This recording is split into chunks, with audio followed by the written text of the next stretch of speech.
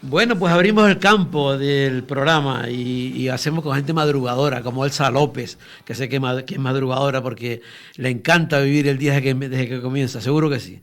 Elsa, buenos días. Bueno, buenos días. ¿Qué Para tal? mí ya casi es mediodía porque Bueno, estoy ya desde temprano trabajando. qué bueno, qué bueno. ¿Tú eres de amanecer? ¿Siempre has sido de amaneceres, Elsa?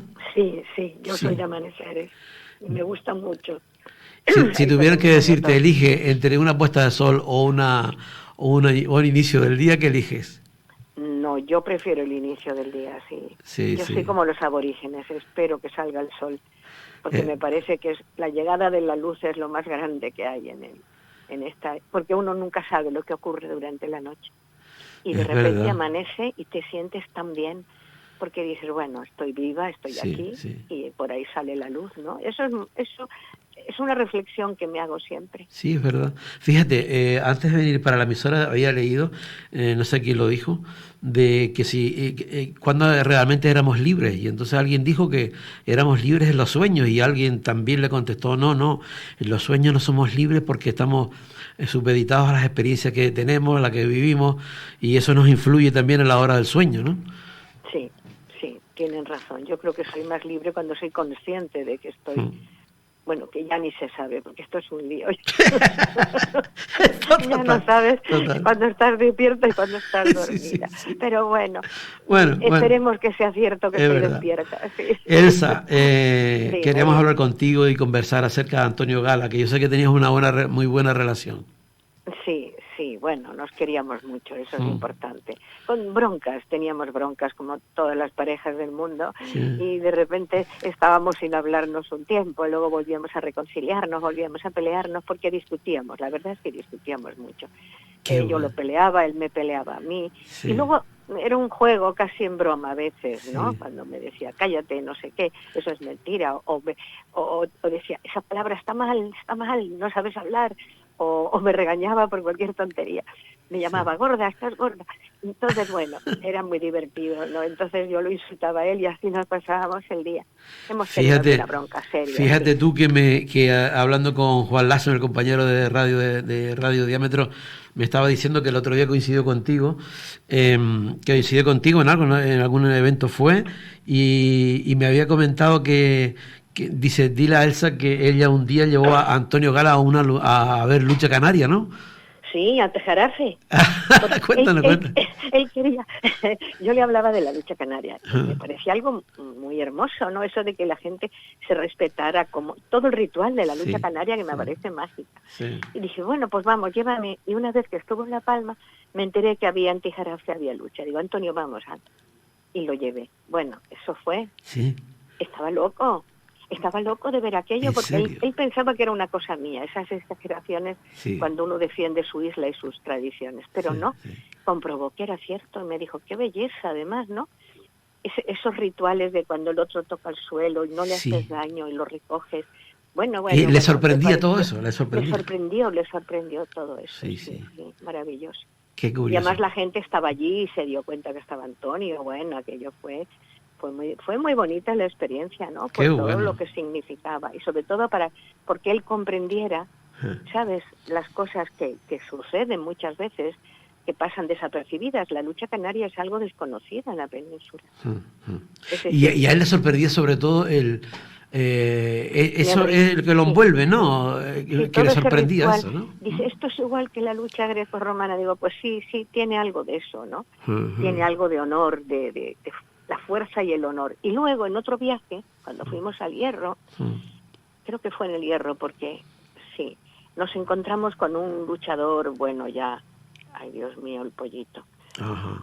Sí, y entonces, Pollito de la Frontera, Yo, entonces claro. sí, Sí. fuimos a un sitio, no me acuerdo, yo iba a leer y él iba también a hablar de su libro, y entonces él estaba y nos lo presentaron. Bueno, eso fue, era un caballero además, ese hombre, aquella mole humana, Claro, claro. era y tan cariñoso y tan tierno, ¿no? Y entonces, bueno, pues conoció a un luchador personalmente y hablamos, estuvimos en aquella comida hablando sobre lucha canaria también. Se habría sorprendido, ¿no? Pensar que Mazinger era de carne y hueso, ¿no?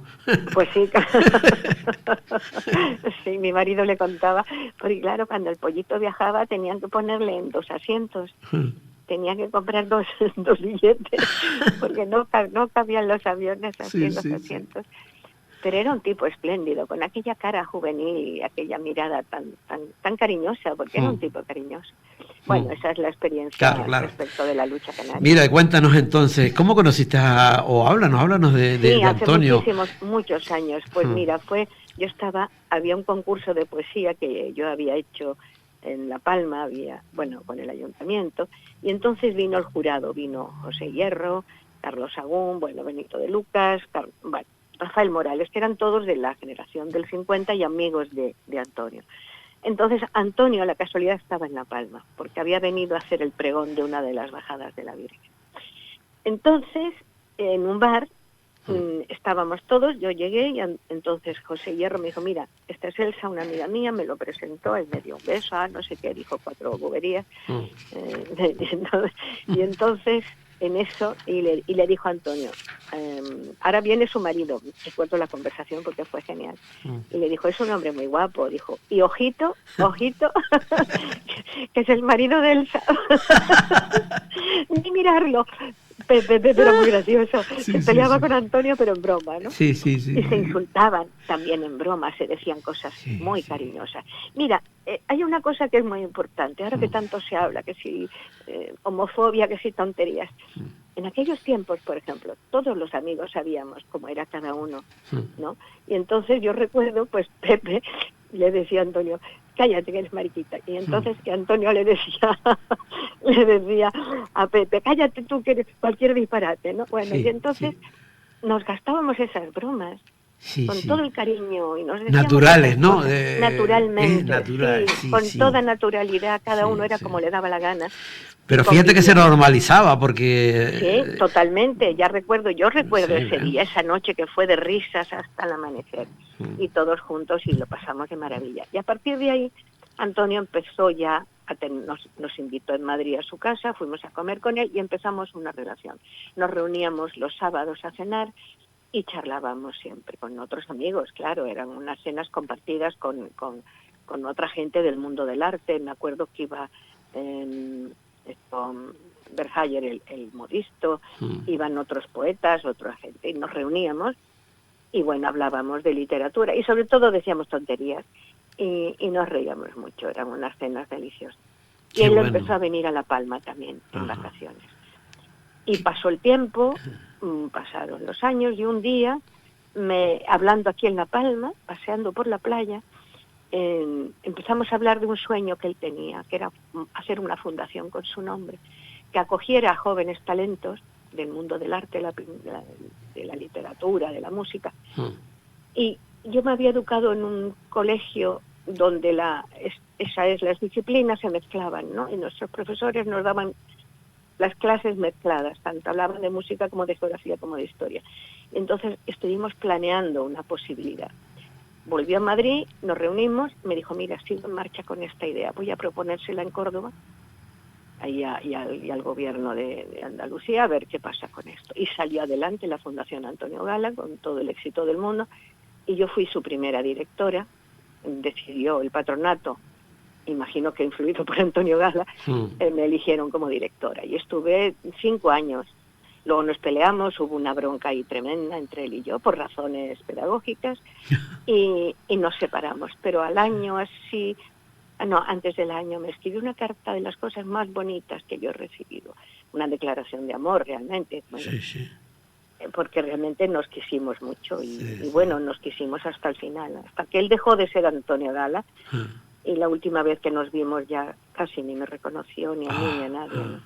Mira, esa fue la muerte de Antonio, no la muerte del otro día, la otra muerte fue la dura.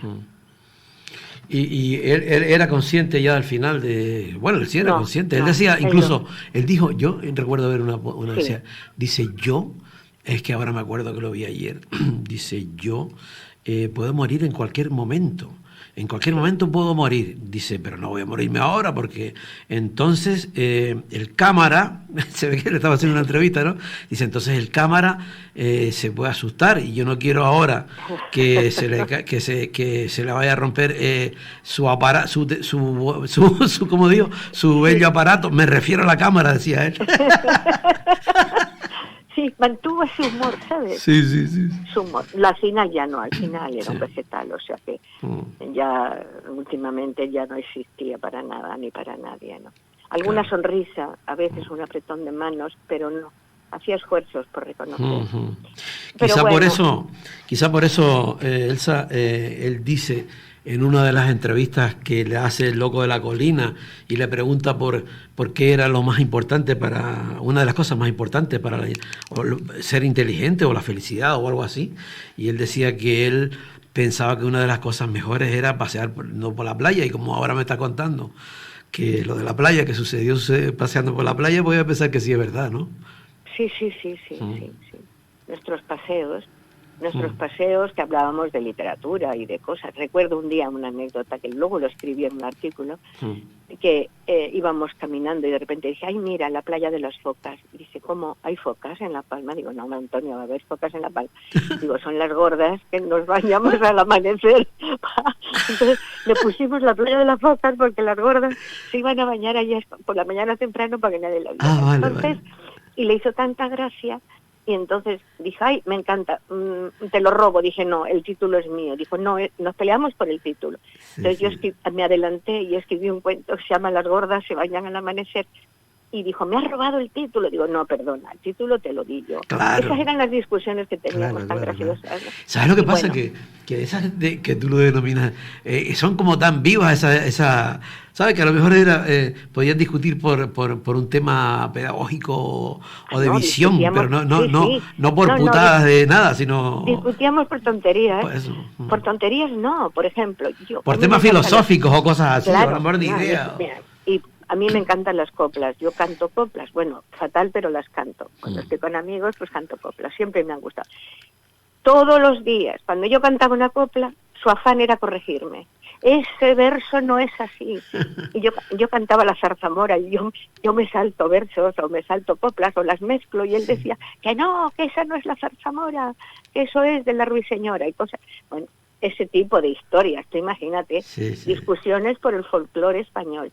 Discusiones por poemas de García Lorca, que yo me sé de memoria, pero me salto versos. Entonces, mi memoria es caótica. Y la de él era una memoria prodigiosa. No se le olvidaba absolutamente nada. Un gesto, una mirada. Aquel me miró un día mal. Digo, Antonio, por Dios, pero si hace 20 años de eso. Pues y se acordaba. Y se acordaba. O tú dijiste en diciembre del 93, no sé qué patochada. Oye, Antonio, ¿no te acuerdas de esas cosas? Por Dios. Y luego tenía razón, porque es verdad.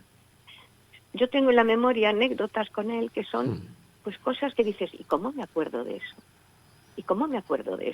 Por ejemplo, un día, lo conté ayer en un artículo, bañándonos, no, eso no lo dije porque era una cosa muy graciosa, bañándonos en la piscina de la Baltasara, su casa de Málaga, íbamos los veranos, mi marido y yo allí. Y entonces yo estaba nadando sin la parte de arriba. Y de repente Antonio sale y dice, ¡oh! Un manatí en mi piscina, porque y entonces siempre me acuerdo de eso. Pero tú ves esas tonterías, jamás decía esas cosas con ánimo de ofenderme. Era una manera muy curiosa de decir te quiero, o eres parte de mi casa y de mi vida, ¿no? Esos insultos que él reservaba para las personas que quería.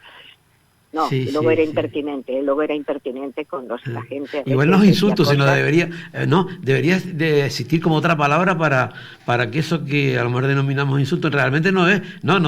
Entonces son como otras cosas, ¿no? Aunque uno diga lo mismo, pero no quiere decir lo contrario, ¿no? Es como cuando yo digo a alguien que quiero, eres tonto. Pero tú eres tonto. Pues ese tonto no es el tonto despectivo, ¿no? Es el tonto cariñoso. Sí, sí, total, sí, total. sí, Es lo eso contrario, es ¿no? contrario. ¿Cómo puede entender a alguien extranjero eso, por ejemplo? ¿No? Eso es muy, muy típico nuestro, No, ¿no? eso no se entiende. No, ni ¿Sabes? extranjero ni no extranjero, porque ha habido gente que me ha dicho, pero ¿cómo dejas que te diga esas cosas? Por ejemplo, Digo, está bueno, apurado, ¿no? Que nosotros digo, decimos, está apurado para claro, decirte que va lento, ¿no? Y otro podrá entender cómo que es eso. Si está claro, apurado es que va rápido, ¿no? es un secreto entre nosotros, por eso Sí. yo me reía y la gente no lo entendía. Ujú. Como se reía Pepe Hierro con él cuando se decían esas tonterías el uno al otro. Es que, bueno, Antonio tenía un sentido del humor muy extraño, ¿eh? Es decir, contaba anécdotas, te reías mucho, decía cosas muy divertidas, pero había que tener cuidado con él, ¿eh? Porque a veces realmente salpicaba, ¿eh? Y hacía daño si quería, porque tenía esa facilidad, esa prontitud cerebral, ¿no? Esa sagacidad tan grande Pero para eso herir. no lo controlaba, sino como le No, venía lo lo largaba. soltabas. Sí, ¿Eh? bueno, no, relativamente, sí que lo Mm, controlaba. Él mm, sabía bien cuando se metía con alguien mm. y le salía. Pero luego, él no era un hombre de rencores, no, era un hombre de tristezas. Por ejemplo, si se sentía abandonado por alguien, o si alguien lo rechazaba, o si algún amigo lo traicionaba. Y entonces él hablaba de tristezas, ¿no? No era ese rencor que tenemos algunos que guardamos cosas durante 40 años Sí, sí, sí, y sí. esperamos la venganza Sí, en sí. un plato frío. No, Sí, sí. él no era así, ¿sabes? Y luego hay una parte de Antonio que mucha gente desconoce. Era muy, ¿cómo diría yo? Era muy infantil en algunos aspectos. Era desvalido en muchos aspectos. A veces lo notabas que ese desvalimiento, ¿no? Tenías que ayudarlo un poco, le decías tonterías para que se animara. Sí, Y bueno, parece que es como si estuviese en la cresta de la ola y de repente podía estar en el otro lado abajo, ¿no? no, ¿O él no? estaba en la cresta de la ola y además lo ayudaban a que estuviera en la cresta de la ola, lo obligaban a estar en la cresta de la ola, pero cuando bajaba a tierra Ya. y le salía el niño abandonado que tenía, él tenía un niño dentro abandonado, ¿no? Claro, claro. Siempre pensó que no lo querían, que su madre, su familia no lo quería, por razones, Sí, bueno, sí. por lo que fuera. Hay que ver, y todo eso se lleva en el ADN Eso, ¿eh? y sobre todo a Antonio se le nota eso en la poesía. Hmm. Mucho, mucho, mucho. La poesía de Antonio para mí, que es lo más importante en Antonio, y luego el manuscrito carmesí me pareció un buen libro. Las novelas, bueno, puedes decir si eran mejor o peores, pero vamos, que no eran... yo creo que la poesía de Antonio Era más poeta merece que un novelista. reconocimiento. Sí, sí lo Más. era. Y de hecho, además, incluso hablando, Antonio hablando, era un hombre que construía poéticamente las palabras, ¿no? Tú lo oyes en una entrevista. Lo que pasa es que Antonio a veces era muy exagerado hablando. Era exagerado, quiero decir, en los gestos, en el arrastre de las palabras, cuando él hablaba así. Sí, sí. Eso para Sí, mí, yo lo regañaba, lo sí, perjudicaba mucho, sí. porque era mucho más eficaz cuando hablaba normal. Pero él... ¿Y por qué hacía ese énfasis Pues, así, no? porque era parte de su papel, sí, Claro. sí, ese énfasis cuando hablaba, porque él sabía que él arrastraba por las palabras. Claro, Que claro, cuando claro. él hablaba, había un público que lo escuchaba fielmente. Es decir, Sí. yo creo que lo escuchaban más que lo leían, fíjate lo que te estoy diciendo, y que luego Sí, compraban los sí. libros porque tenían la imagen de Antonio Claro. hablando. Porque Pero esa Antonio, imagen sí, la teníamos, ya era necesaria verla también, ¿no? claro, ¿Eh? porque Antonio además fue, en un momento dado en Andalucía, fue clave en los mítines, eso nunca lo cuenta nadie. Pero Antonio hizo mucho por Andalucía en la transición. Cuenta.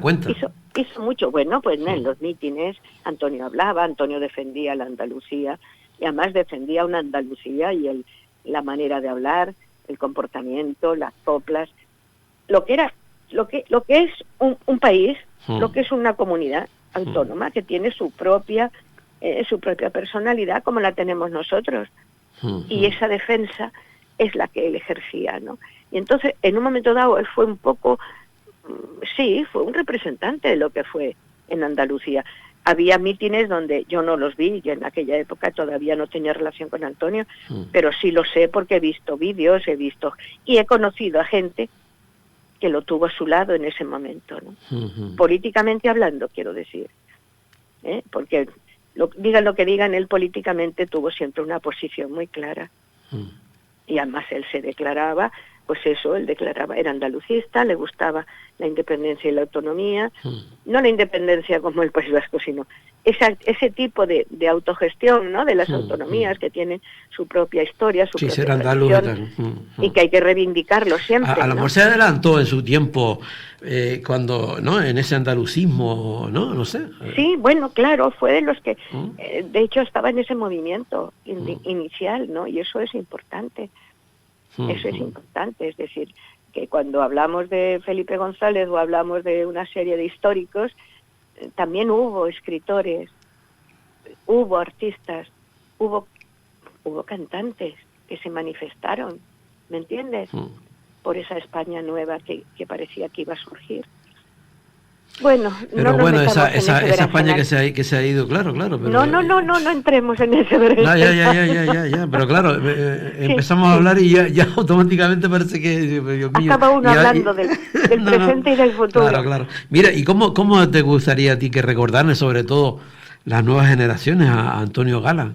¿Con qué nos tenemos que quedar? Aparte de... Yo pienso que esas frases que tú escuchabas y que te impresionaban, esos comentarios que él hacía, esos pedazos de discursos que él tenía. Mira, los programas de Quintero, por ejemplo, son un prodigio. Con Jesús Quintero, esas noches, esas declaraciones de Antonio en esos programas, es para tenerlas reunidas, los 13, de hecho creo que están publicadas, ¿no?